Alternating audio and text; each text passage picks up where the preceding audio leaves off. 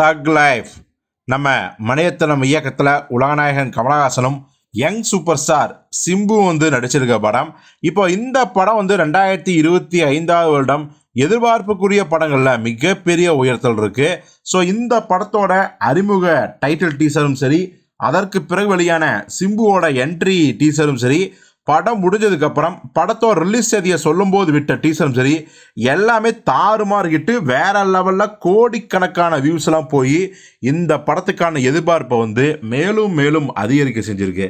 இப்போது இந்த படம் நான் பார்த்துட்டேன், படம் சூப்பராக இருக்குது, குறிப்பாக நீங்கள் ரொம்ப நல்லா நடிச்சிருக்கீங்க தம்பி அப்படின்னு உலகநாயகன் கமலஹாசனே சிம்புவுக்கு ஃபோன் பண்ணி பாராட்டுற அளவுக்கு அந்த படம் நல்லா வந்திருக்குன்னு நம்ம கேள்விப்பட்டோம். ஏன்னா இதை கேள்விப்படல, சிம்பு ஓப்பனாக சொல்லியிருந்தார், பர்த்டே விஷ் பண்ணும்போது கமல் சார் அதை மென்ஷன் பண்ணார் அப்படின்னு. இப்போது இன்னொரு பெரிய பிரபலம், ஒரு மிகப்பெரிய லெஜண்ட், அவரும் இந்த தக் லைஃப் படத்தை பற்றி ரொம்பவே சிலாகிச்சு மிரண்டு போய் பேசியிருக்காரு. அவர் வேற யாரும் இல்லை, நம்ம இசை புயல் ஏஆர் ரகுமான் அவர் தான். ஆக்சுவலி பார்த்தீங்கன்னா அவர்கிட்ட தக் லைஃப் படத்தை பற்றி சொல்லுங்க அப்படின்னு அவர் மிரண்டு போய் தக் லைஃபா எனக்கே எக்ஸைட்டிங்காக இருக்குது அப்படின்னு இருக்காரு. ஏன் அப்படின்னா நமக்கே தெரியும் இந்த படத்தில் கமல் சாரோட அந்த ஸ்க்ரீன் ப்ரெசன்ஸ் வேறு லெவலில் இருக்கும். அது மட்டும் கிடையாது, இந்த படத்தில் 2 ஜீனியஸ் ஒன்று சேர்ந்துருக்காங்க. மணி சார், கமல் சார் 2 பேரும் சேர்ந்தாவே அந்த மேஜிக் இருக்குமில்ல.